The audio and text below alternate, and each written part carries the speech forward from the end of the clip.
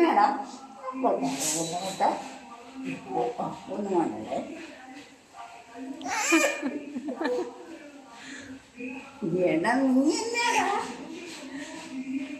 അവൻ അങ്ങോട്ട് വന്ന് ഇടിപ്പിക്കുക.